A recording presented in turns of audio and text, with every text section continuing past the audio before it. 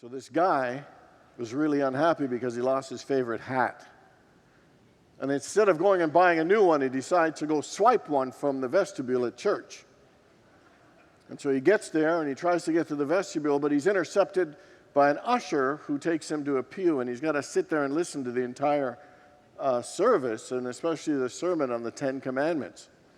After the service, the guy goes up to the priest, says, "Father, that was absolutely fabulous. I want to thank you for saving my soul today.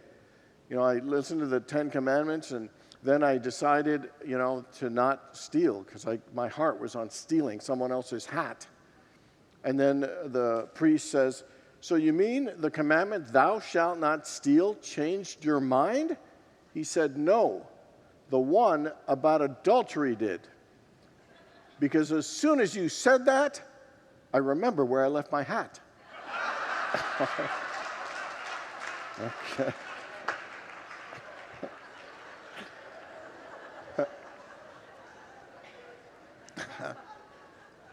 So, the seventh commandment is thou shalt not commit adultery. And so it's pretty obvious and clear why adultery is not a good thing to do. It violates the marriage covenant and commitment. It breaks trust. It damages relationships, breaks up families. It causes a lot of hurt and pain. When you think about life is energy. All of life is energy. And one of the aspects of life's energies is our sexual energy. Sexual energy is powerful energy. It's a powerful attracting force, so powerful that it can create life. It is powerful. And this commandment is really it's a warning to not misuse our sexual energy. And so I've known a couple of people in my life who were incorrigible flirts. Flirted with anybody, everybody, all day, all the time. And thinking, I'm just putting it out there, having a little bit of fun, but sometimes there could be misunderstandings and hurt feelings, and sometimes impressions of the individual may not be the greatest, coming across maybe in the extreme as a little creepy or or loose or whatever it is, not going that well. There's nothing wrong with flirting. Flirting is a good thing. Sex is a good thing. These are great gifts from God, but there are times when we misuse it that it creates confusion and hurt and pain and emptiness rather than the happiness and joy and fulfillment that we are all seeking. Today is the fourth of our 5-week series on the Ten Commandments, inspired by the 1944 book entitled Prosperity's Ten Commandments by Reverend Georgiana Tree West. And she really says that these are the fundamental laws for living. They're the cardinal laws. And right at face literal value, they have absolute benefit. But there's even a deeper and more profound meaning that teaches us. And as we understand these laws on a deeper level and apply them, they really open up our lives to the fullness and the flow of God's goodness in our lives. Week 1 is that you shall have no other gods before me. And that's saying that God is our source.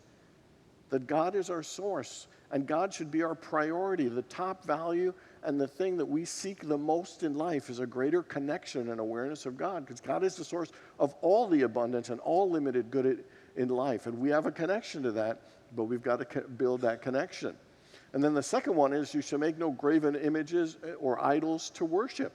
That even though we know God is our source and our priority, sometimes we give power to money, thinking that's going to be the answer to everything. Again, nothing wrong with money, but sometimes when we have it overshadow our relationship and closeness with God or people's approval or power or status, whatever it is, we can create graven images. It pulls us away from the connection of our fullness of God's abundance. The third commandment is to not use the Lord's name in vain. And it really illustrates the power of the spoken word. God said, "Let there be light," and there was light. And we speak our lives and our experience into existence through the power of our word. And the most important words to be careful of is what we attach our I am to.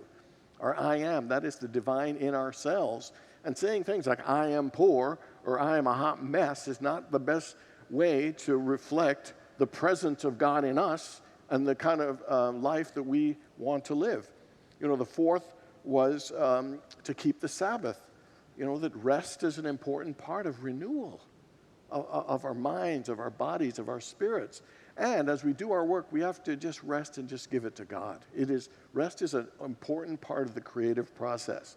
Last week, we looked at honoring our mother and father. That is the first relationship that we have.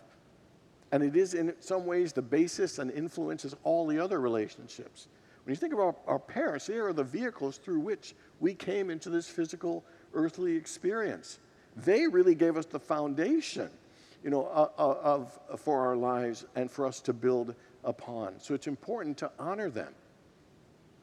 And then last week we also did thou shalt not kill. And so that one is saying beyond the obvious is don't kill the things that flow in your life. I saw a poster once and it said withholding love kills. And so this is about getting things in circulation, about opening our heart to love everyone and including the people that we have a little bit of struggle with, to send them love, to open our hearts that big, because that will enliven our lives.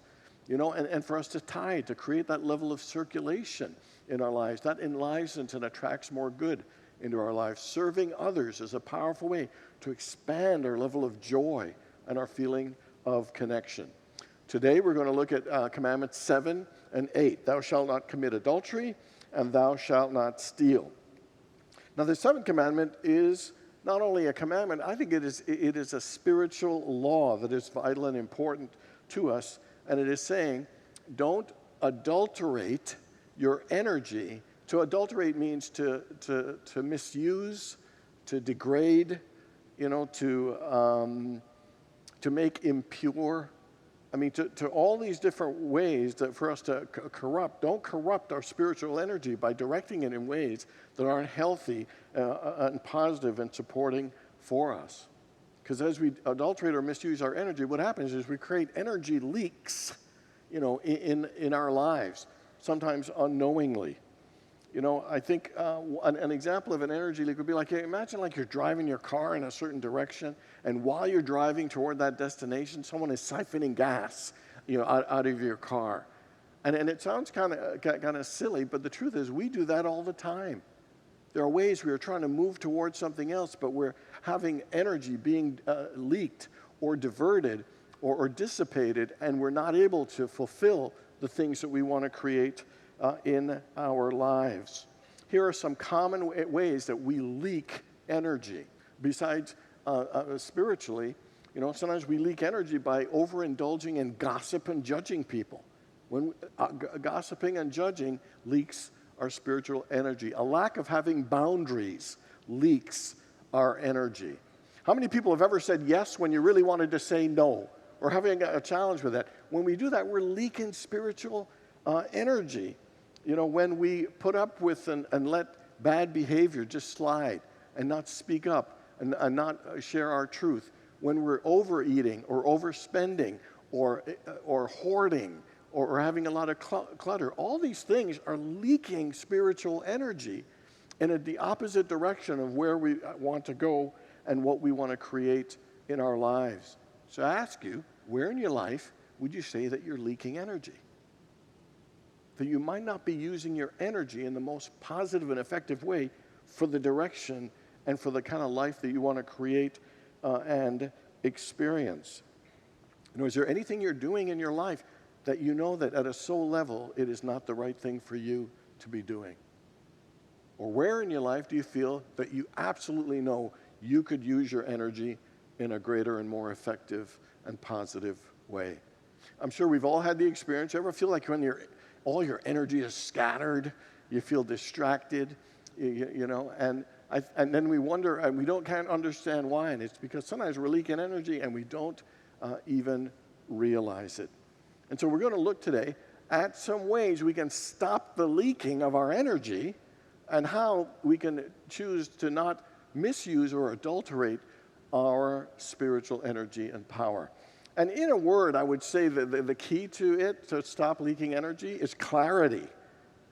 To get clear on how you actually want to invest and utilize your spiritual energy. So here are some ways. Number one is to get clear about what you want. I mean, what are your goals? What are your dreams? What are your vision? What direction would you like your life to take? What shape would you like it to take? You could ask everybody, hey, what do you want? Well, I don't know. I don't know. We could say, I don't want this, I don't want that, I don't want this. But sometimes we are not able to clearly say, this is what I want my life to look like. This is the kind of person that I want to be.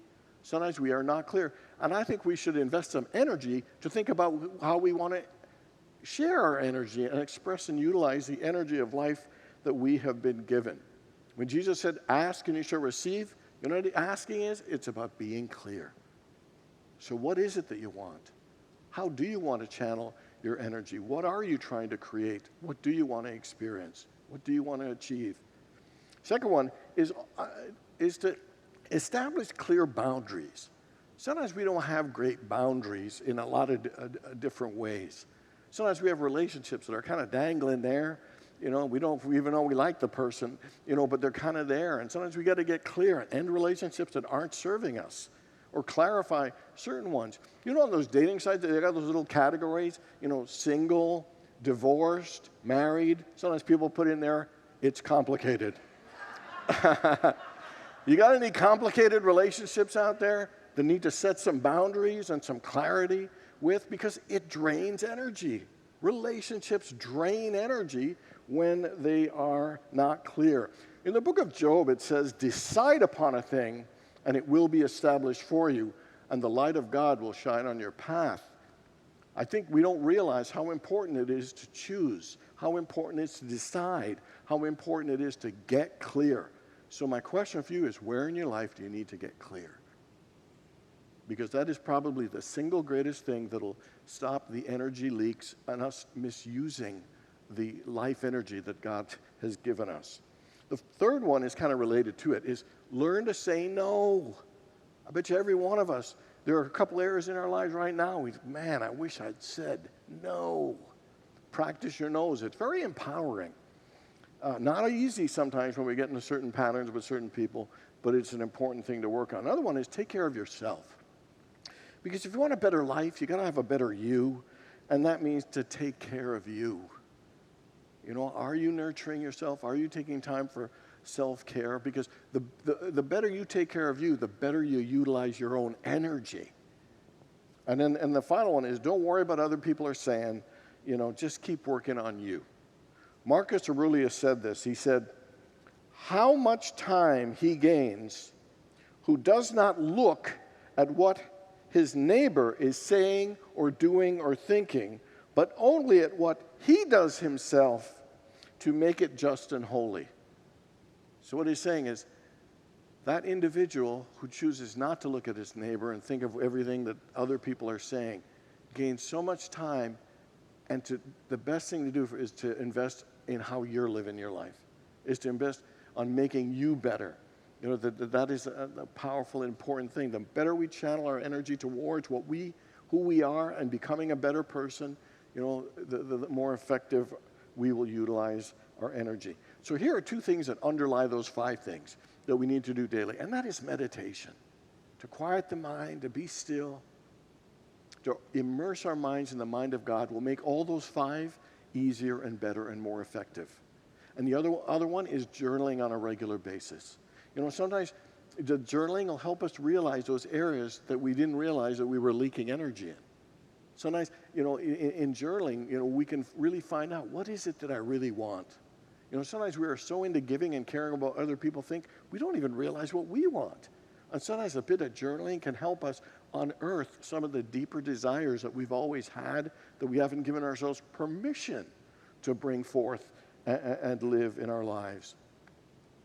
You know, it's important for us to make a decision. Do I want to invest my energy in the life that I want to create, or am I going to keep leaking energy from the life that I desire? You know, this commandment is simple. It's about get clear about your energy. All of your energy, sexual energy or your life energy, all of the energy in your life is to get clear on how you want to use it. I am fully responsible for my energy. Together? I am fully responsible for my energy. I use my energy positively and only towards my highest good. I use my positively and only towards my highest good. Let's say that again. I use myself positively and only towards my highest good. Amen. So that's commandment 7. Commandment 8 is thou shalt not steal. And so stealing, I mean, it's pretty obvious again with this. Don't take other people's stuff. Don't take stuff that doesn't belong to you. Respect other people. I mean, it is very, very simple. So I want you to think for a bit in a mindset of someone who's thinking of stealing or does steal. What kind of thoughts are going on behind it that makes that stealing possible? And the first one is at some level of believing that there just isn't enough. There's just not enough. So I have to steal to be able to make it. Second one is that they believe that I can't do it on my own. I can't get that. And so stealing is a part of a belief that I'm just not capable of doing that on my own. The third one is it's a nice way to look for an easy way out. I don't have to do the work. I can just take somebody else's. And then the last one, it is a way to get even when you think life is unfair. My life's it's unfair anyway, so me just taking a little thing here and there, it's no big deal, And so Ralph Waldo Emerson, in his essay, he wrote an essay called Compensation, and he said this. He said, each person will be compensated in the manner to which they have contributed. In labor and in life, there can be no cheating. The thief steals from himself. The swindler swindles himself. And what he's really talking about is that life is governed by spiritual laws. The laws of cause and effect, the law of attraction, the law of giving and receiving, the law of sowing and reaping, and the law of compensation. And he's saying that we get in life, what we give. We reap what we sow. That he's just saying that these are laws. And here's what Georgiana says. She says, stealing is an endeavor to try to get something for nothing. And under the law of compensation, this is impossible. Life functioning under the law of mind demands that we pay for what we get, and it is correspondingly true that we get what we pay for. And so this idea about thou shalt not steal is don't try to get something for nothing. Work with the spiritual laws and begin to contribute to get that flow of goodness in your life. And the first way to do that we could do is increase our value and put more good into the world. The more we show people more value, the more we show people more good, like doing more than we're paid for, going the extra mile, being that helpful, that stuff gets things moving in our lives. You don't have to steal, we just work with the law and we will attract.